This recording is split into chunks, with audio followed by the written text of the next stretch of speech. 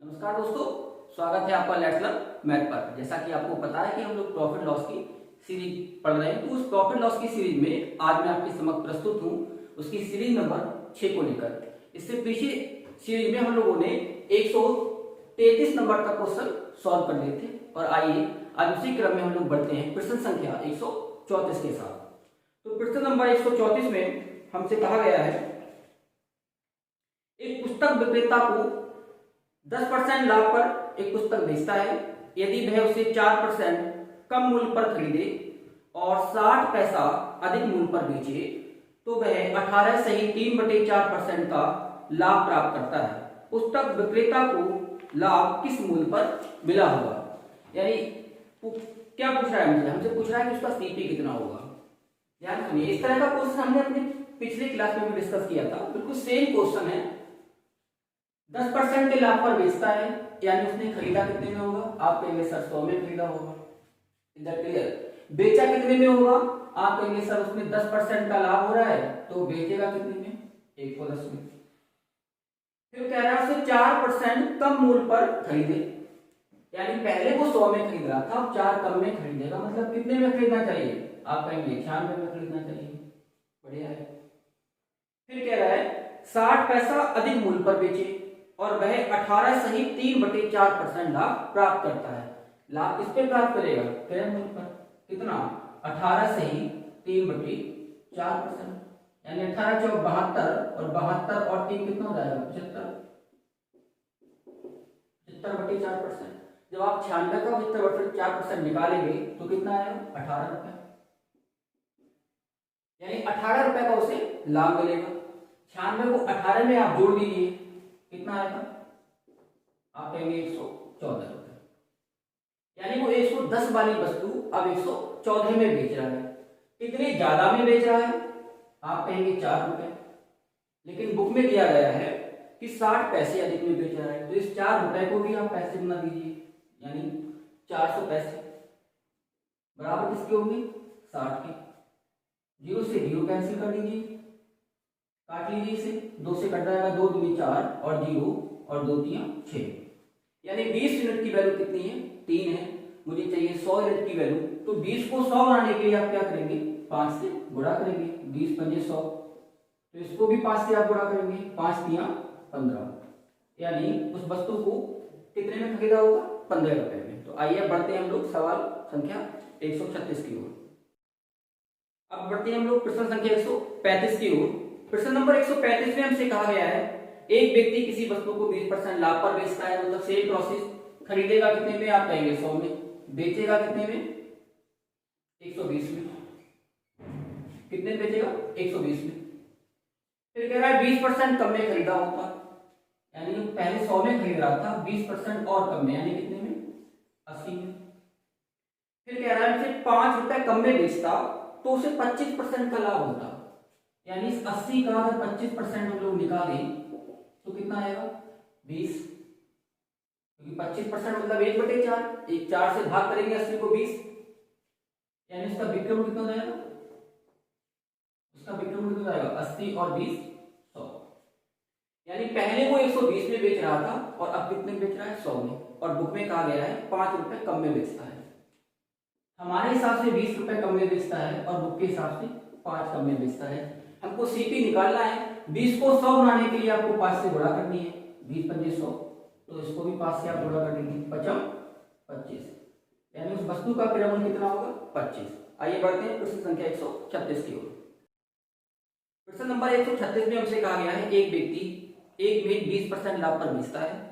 यदि उसने 10% कम मूल्य पर खरीदा होता तथा 105 रुपए अधिक में बेचा होता तो उसे 35% का लाभ होता। मेज का क्रय मूल्य क्या है? ये इस टाइप का अंतिम सवाल है। आइए देखते हैं।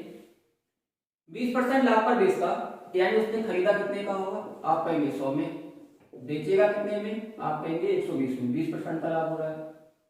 फिर 10% कम मूल्य पर खरीदता, यानी कितने में खरीदता? 90 में। तब उसे 35% का लाभ होता। कितने का होता? 35% का लाभ होता। 35% का जब आप लाभ निकालेंगे, इसे निकाल लीजिए। 90 गुणा 35, परसेंटेज को हटाइए, बटे में कितना? 100। 10 दाई 100, 10 नेम 90, बड़ा कर लीजिए। 9 पंजे 45 की 5 हासिल 4, 9 तिया 27, 27 और 4 31, यानी कितना आएगा 31.5। 90 में 31.5 का उससे लाभ हो जाएगा, तो 90 में आप 31.5 को और ऐड कर दीजिए, तो 5 1 9 3 12, यानी 121.5।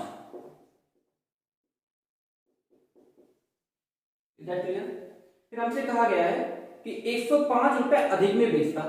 ध्यान से देखिए, यहाँ 120 में बेच रहा है, यहाँ 121 में बेच रहा है, यानी कितना ज्यादा है 1.5, यानी 1.5 यूनिट की वैल्यू कितनी है 105।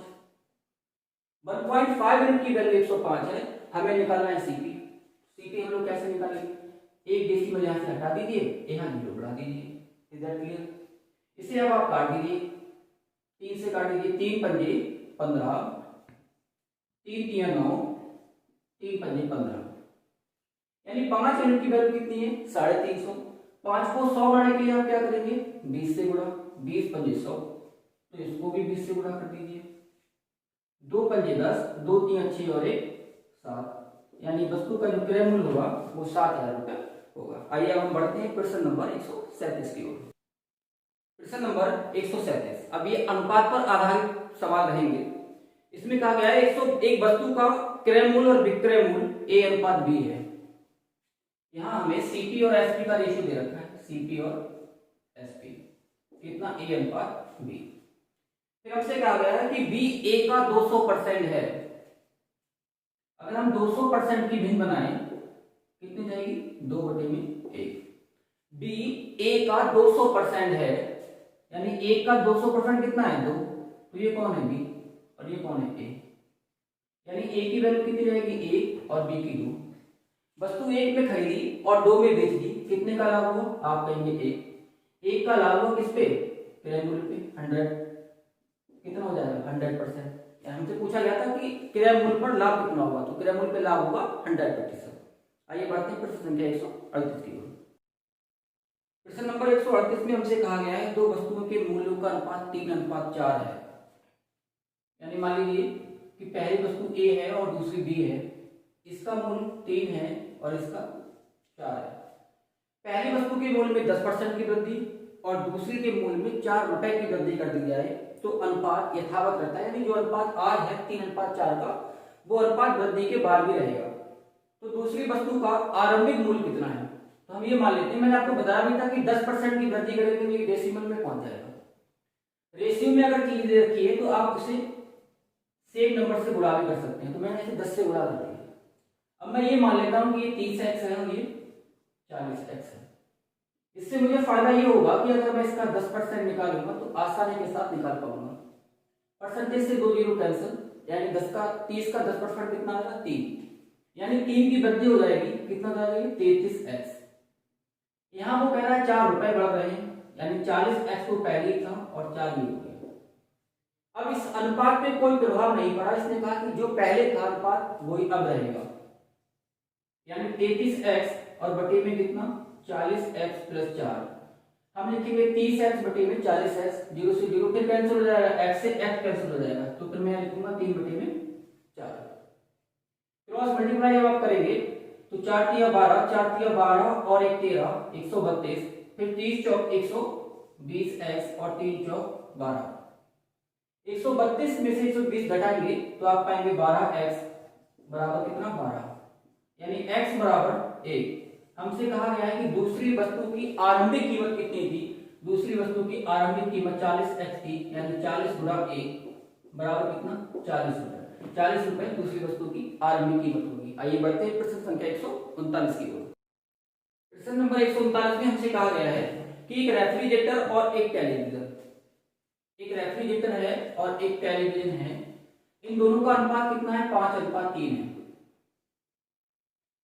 तदनुसार यदि रेफ्रिजरेटर की कीमत टेलीविजन से 5500 अधिक हो, रेफ्रिजरेटर की कीमत, तो रेफ्रिजरेटर की कीमत कितनी होगी, आप ध्यान से देखिए, रेफ्रिजरेटर की कीमत कितनी ज्यादा है 2, रेफ्रिजरेटर की कीमत 5 यूनिट है, टेलीविजन की 3 है, इसका मतलब रेफ्रिजरेटर की 2 ज्यादा है। यानी 2 यूनिट की वैल्यू कितनी है हमारे पास, 5500 है। हमें निकालनी है 5 यूनिट की वैल्यू, तो आप पहले 1 यूनिट की निकाल लीजिए।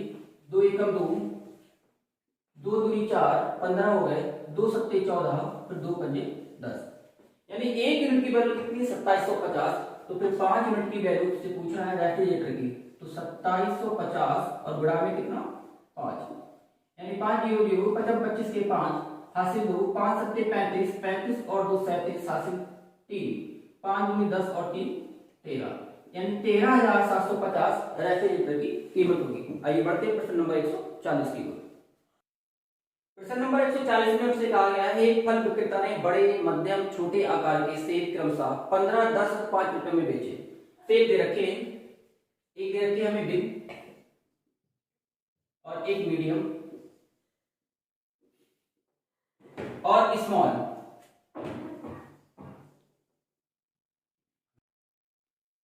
बिग वाले की जो कीमत दे रखी है वो कितनी है, 15 रुपए, और मीडियम वाले की कितनी दे रखी है, 10 रुपए, और स्मॉल वाले की दे रखी है उसने 5 रुपए। और सेबों की संख्या का अनुपात यानी दे रखा है अमाउंट, और यहां दे रखी है संख्या सेबों की नंबर, कितना है 3, 2 और 5। कह रहा है उस सेब की औसत कीमत क्या होगी। औसत कीमत कैसे निकलेगी, सभी सेबों की कीमत और बटे सेबों की संख्या। तो आइए देखते हैं।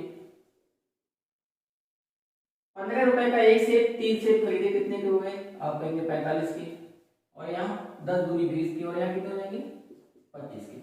टोटल सेब हमारे पास कितने थे, 3, 2, 5 और 5 10। टोटल सेब हमारे पास 10 थे। कितने रुपए में खरीदे गए हैं, कितने रुपए में खरीदे गए, देखिए 45 और 25 कितना हो गया हमारे पास 70, 70 और 20 कितना हो गया 90। हमसे पूछा गया है एवरेज कीमत, तो औसत कीमत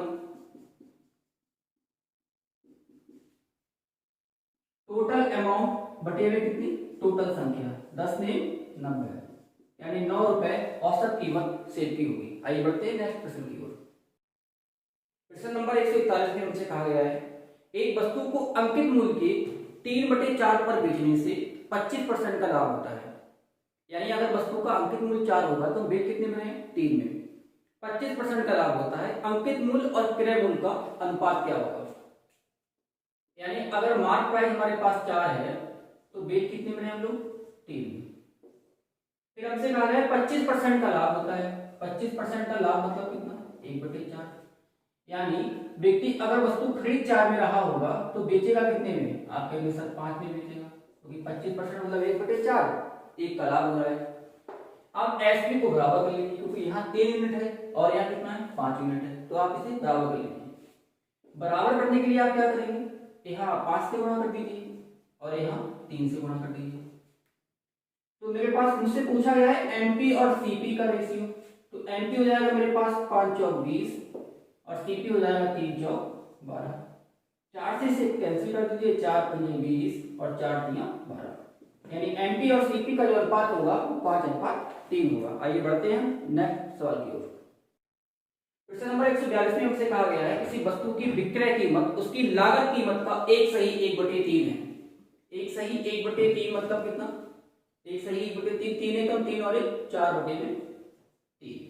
लागत कीमत का यानी सीपी कितना है हमारे पास, सीपी हमारे पास 3 है और एसपी कितना है हमारे पास 4 है। वस्तु खरीदी 3 में थी, बेच दी 4 में, यानी 1 का लाभ हो गया।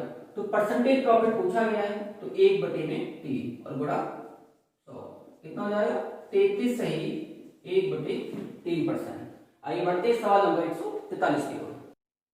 प्रश्न नंबर 143 में हमें सीपी और एसपी का रेशियो दे रखा है 5:4। हमसे कह रहा है हानि बताइए, 5 की खरीदी 4 में बेच दी, यानी 1 की हानि हुई। 1 की हानि हुई तो लॉस परसेंटेज 1/5 और 1/5 इज इक्वल टू 20%, यानी 20% इस सवाल का आंसर होगा। ये बढ़ते हैं नेक्स्ट क्वेश्चन की ओर। प्रश्न नंबर 144 में हमसे कहा गया विक्रय मूल्य क्रय मूल्य का 8/5 है, यानी अगर वस्तु खरीदी 5 की होगी तो बेचेगा कितने में, 8 में। पूछा है कितने % लाभ होगा, तो कितने का लाभ हो रहा है? 3 का। लाभ प्रति घट क्या होता है? लाभ गुणा 100 और बटे में कौन? क्रय मूल्य। कैंसिल कर दीजिए, यानी 20 दिया 60% सवाल का आंसर होगा। आइए बढ़ते हैं सवाल नंबर 145। प्रश्न नंबर 145 में हमसे कहा गया है राघवन ने एक स्कूटर उसके अंकित मूल्य के 13/15 में खरीदा।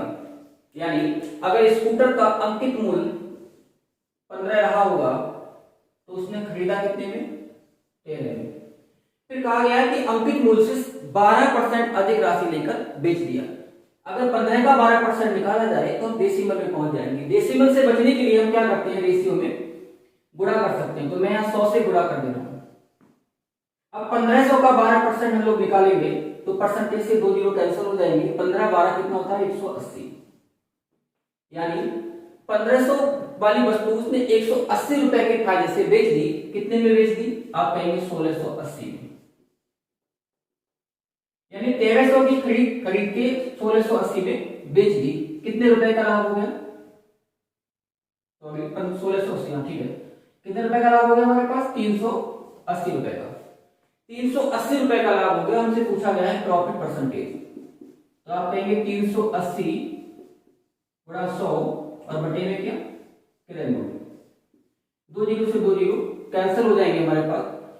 380 बटे में 13, यानी 13 से अगर इसे भाग करें तो 13 दूनी 26 बटे 13 निर्माण 117, 3 बचते हैं, यानी 29 सही 3 बटे 13 परसेंट का उसे लाभ होगा, जो कि हमारे सवाल का आंसर होगा। आइए बढ़ते हैं प्रश्न नंबर 146 की ओर।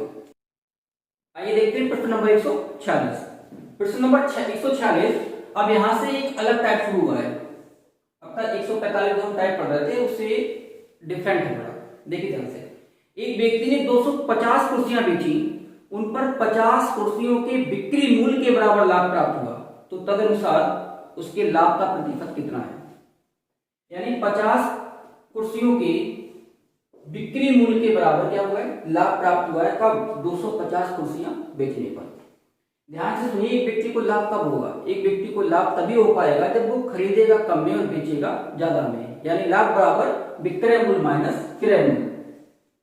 यानी 250 कुर्सियां हैं तो लाभ कब होगा? जब हम विक्रय मूल्य में से क्रय मूल्य घटा देंगे। ये लाभ की कंडीशन हो गई। तो 50 एसपी अंदर गुणा कर दीजिए, 250 एसपी माइनस का 250 सीपी। अब ध्यान से देखिए, 250 सीपी को आप इधर ले जाइए प्लस का हो जाएगा, और इस 50 सीपी एसपी को इधर ले जाएंगे माइनस का हो जाएगा। यानी आप कहेंगे 250 सीपी, और 250 से ये 50 जब माइनस कर देंगे तो आप कहेंगे 200 एसपी। Is that clear?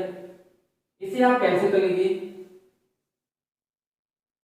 0 से 0 कैंसिल, 5 25 हो जाएगा हमारे पास, और 5 20 हो जाएंगे। यहां से आप सीपी और एसपी का जब रेशियो निकालेंगे तो आ जाएगा हमारे पास 4/5। यानी उसने वस्तु खरीदी 4 की और 5 की बेच दी, उसे परसेंटेज प्रॉफिट कितना हो जाएगा? 1/4। 1 रुपए का लाभ हो रहा है। लाभ गुणा 100 बटे क्रय मूल्य। जब आप कैंसिल करेंगे कितना हो जाएगा? 25। यानी आप कहेंगे 25% इस सवाल का आंसर होगा। लेकिन रुकिए, देखिए इतना बड़ा सोल्यूशन मैं कराऊंगा नहीं आपको। ये मैंने आपको इसके अंदर का एक बेसिक अप्रोच बताया। आपको परीक्षा के पॉइंट ऑफ व्यू से सवाल कैसे करना है उसे भी देखते हैं एक बार। जब भी आपसे परसेंटेज प्रॉफिट पूछा जाए तब आप क्या करेंगे? उस स्थिति में आप जिसके बराबर वो पूछ रहा है, जैसे हमसे कहा गया सवाल में 50 कुर्सियों के बिक्री मूल्य के बराबर, तो उस बिक्री मूल्य को रखेंगे गुणा 100 और बटे, और 250 कुर्सियां जो बेची हैं उसमें से फिर आप उस बिक्री मूल्य को माइनस कर देंगे। यानी 250 माइनस 50, यानी 50 गुणा में 100, और यहां बचेगा हमारे पास 200। यानी 50 एकम 50 और 50 चौक 200, 4 एकम 4 और 25 चौका 100। यानी 25% इस सवाल का आंसर हो जाएगा। तो एग्जाम के पॉइंट ऑफ व्यू से आपको क्वेश्चन ऐसे सॉल्व करना है। आइए बढ़ते हैं प्रश्न संख्या 147 की ओर।